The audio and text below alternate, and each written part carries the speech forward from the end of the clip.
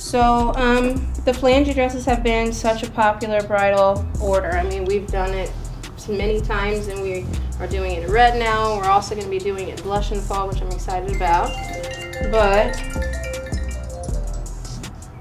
hello, hi. Oh, okay, one moment, here I come. And so I've learned, you know, with every dress we get better, and so and have new ideas. So we've actually learned that, you know, this is so heavy and so long that when the bride does walk, it actually trails together. It kind of comes almost like a long rectangle, and we want more of a beautiful round shape in the back. So we've, instead of the dress, you know, edge ending here in the back, we've extended it out about 2 more feet. Which requires, you know, more work, but it's going to be more beautiful. And because it's so heavy and structured, we've installed horsehair, which is a hemming notion, fabrication. What would you say? I don't know what it is, but that's what it is this. And it's going basically latitude, longitude, or this way and that way, okay? Throughout the entire skirt, many pieces. So that will also hold structure to the shape of it as well. And when you're flaring it, you know, those plastic pieces will force it out to be, you know, more fluffy and beautiful. Yeah. This one, I've kind of tried to kind of play around with some of the swirls. So in some places you'll kind of see like a little bit of a rosette. I know there's quite a few of them in the front here. I tried to make more of like a real swirled, almost like rose type shape there. So what we did is we take, she'll buy these pieces as a whole piece, and then what we're doing is we have cut each individual piece away from this larger one, and we are now perfectly tailoring it to the exact curves of this specific bride. So, like down to like, we do the measurements of where, you know, her hips, waist, like all of those ratios are, so that when it comes off of the mannequin onto the bride, these things are perfectly formed to her body. Nobody else can wear this dress except her.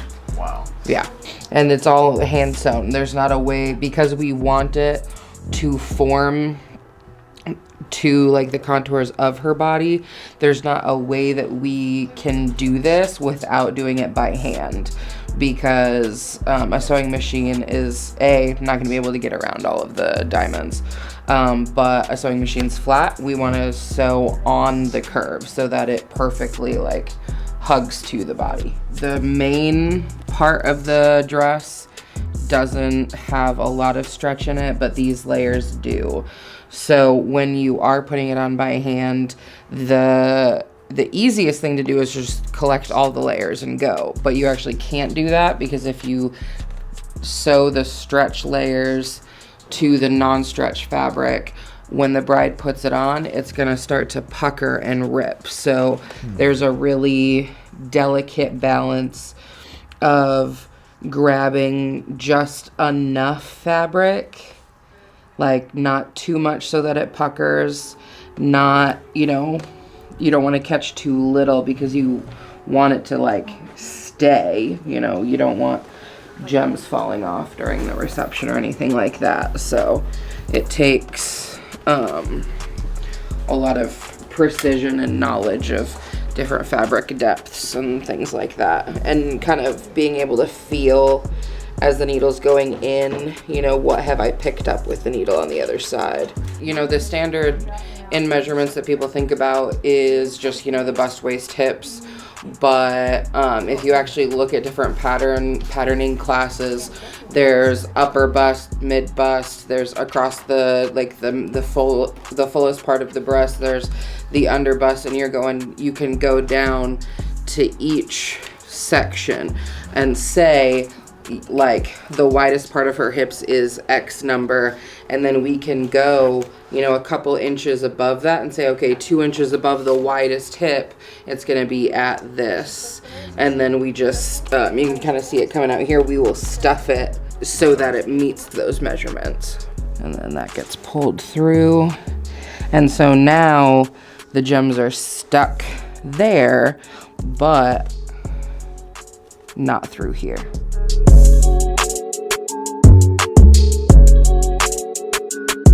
Explain, like, well, you don't have to unroll it all, but okay, so phalange is basically 2 pieces of organza sewn together with horsehair on top, and then what we do is we take the iron and we open it up so it be nice and flat, and it give you this nice like look. You open it up and you press it, and then you close it and you press it again.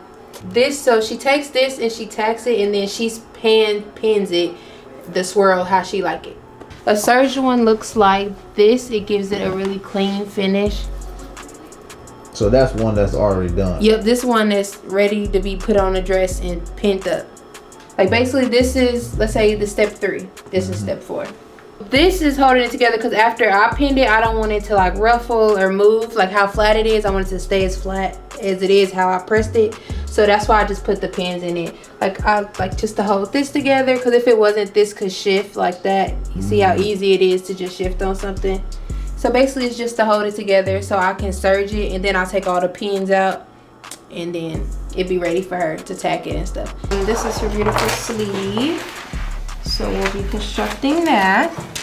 But so basically we had to buy 2 sets of diamond pieces for her just to kind of manipulate it so we could have some more for the sleeve.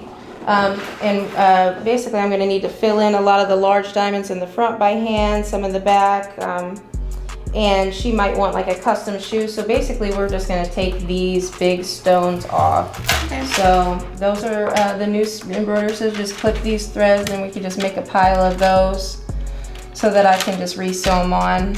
Okay. Yep. And this is all the little branchings that are left over, so we're extending some of the branchings on the dress on the side, and so we just have kept all those there. And this is actually custom dyed, so when we got this piece in, it was on a white mesh, and so I did dip it to a skin tone color. We had to be extremely careful because, you know, the hot dye can tarnish the metal, and these are a little more of a rhinestone rather than a crystal, so the foil on the back can also get burnt. So it was a quick dip, but we got a really nice color, and you know, it's just really nice. Really nice. It looks like you lost another one. Alright. Well, let me grab my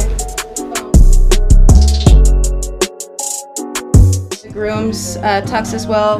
He got this, and this is clearly not what they wanted. They thought it was going to be more of a gold, but then our bride is going with silver, so we're going to, we don't do menswear by the way, but we are going to replace the lapel basically, and then we're going to put silver diamonds on it.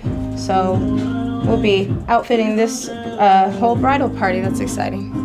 Okay, so the stones that Keandra is going to be removing from the applique, I'm going to come in and I'm going to fill in, you know, wherever they need to be, definitely in through the neckline and through there. And then in the back here, I'm a little unsure about what I'm going to be doing, but definitely maybe some large stones because it is a one shoulder dress. So I think I'll probably definitely fill in so that this is real heavily beaded, and then we'll be installing hook and eyes here so that way, you know, she can unzip and zip the dress, and then she'll pull this over and hook it, and so you won't even see the zipper anymore. And the coolest thing about this is that we've installed a zipper into the dress down here. So when her beautiful skirt gets zipped on, oops, it will be very beautiful. So the skirt will zip on. And this essentially is what we're going to be working with here as far as how beautiful is that? Yay. And then when she's ready to party, she'll just unzip it. Boom, reception dress.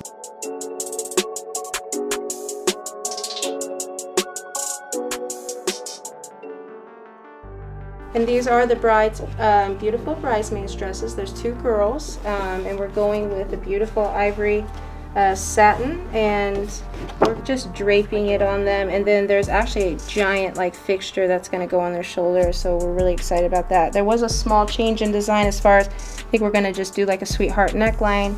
The wrapping during the fitting was not really what they were loving, but yeah, this would be very nice to have done the bridesmaid dresses, the bride, and now we're doing the groom's lapels. So it's a very big project, very exciting. And this is her original design, so these are all her measurements on a vellum. And here we are. Yeah, very beautiful. Okay. It's very couture. You know, even at a $10,000 price, said and done, probably would charge more around like $15,000 for something like this. You know, sometimes when things are more beautiful than we can like imagine, we just put our all into it. Especially since we're doing the whole bridal party and things.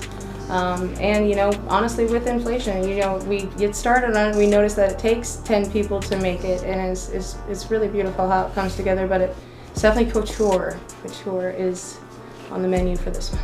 So this is his lapels, now covered. Underneath was the crazy copper. Okay, so we actually went with what the bride is in, the skin tone mesh, so it kind of has like a brown feel.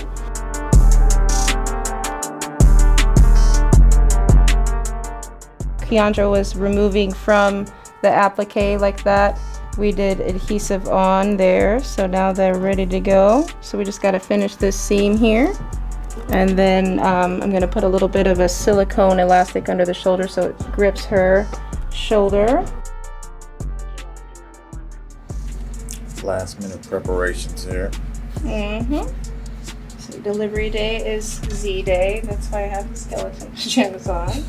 So I'm a zombie for the bride.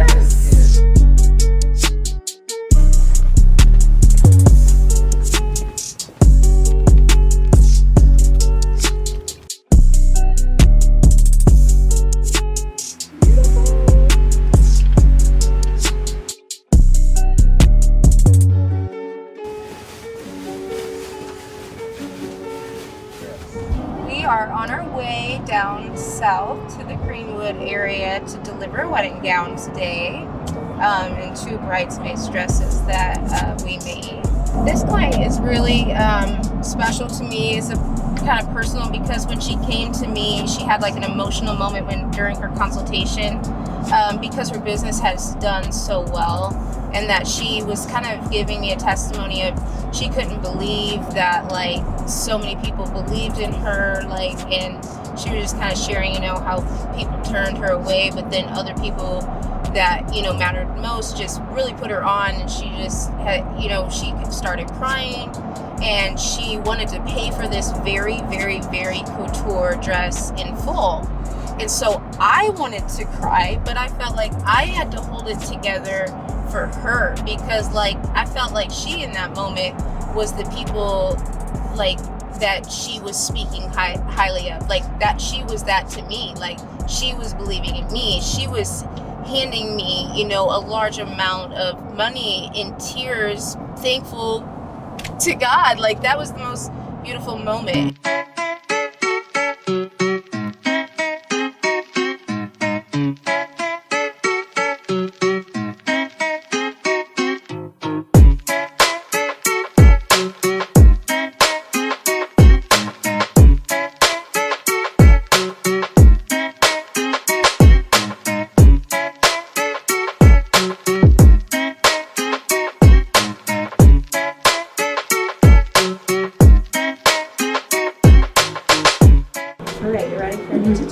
Okay. Yes. So here's this size. We could go bigger or smaller, okay? And I can cut the ribbons. I on like either it side. like that. You And I it like just it going down into the thing. You like these? Okay, perfect.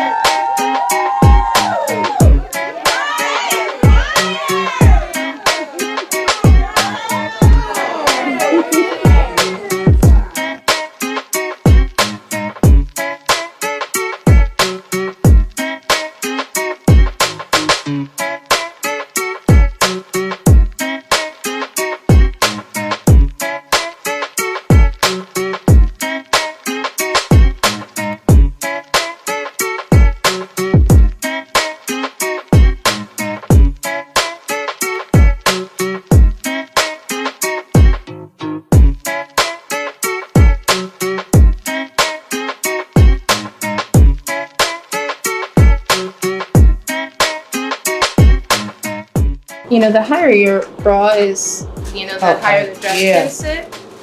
But also, you know, this needs to be pulled way up on your shoulder so they can sit. So the actual shoulder of this, when you reach in there and grab, you feel that part with the resistance underneath it. Pull that up way high. Yeah. There you go. But just kind of take this bust where your shoulder is and kind of shove it down to the side.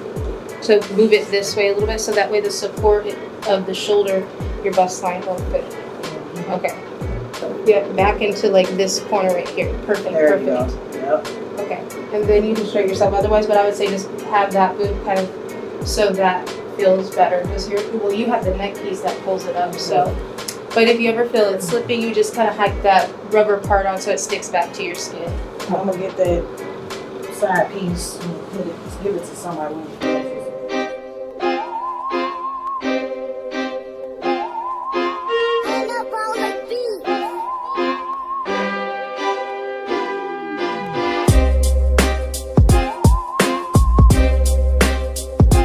I have to make a wide turn.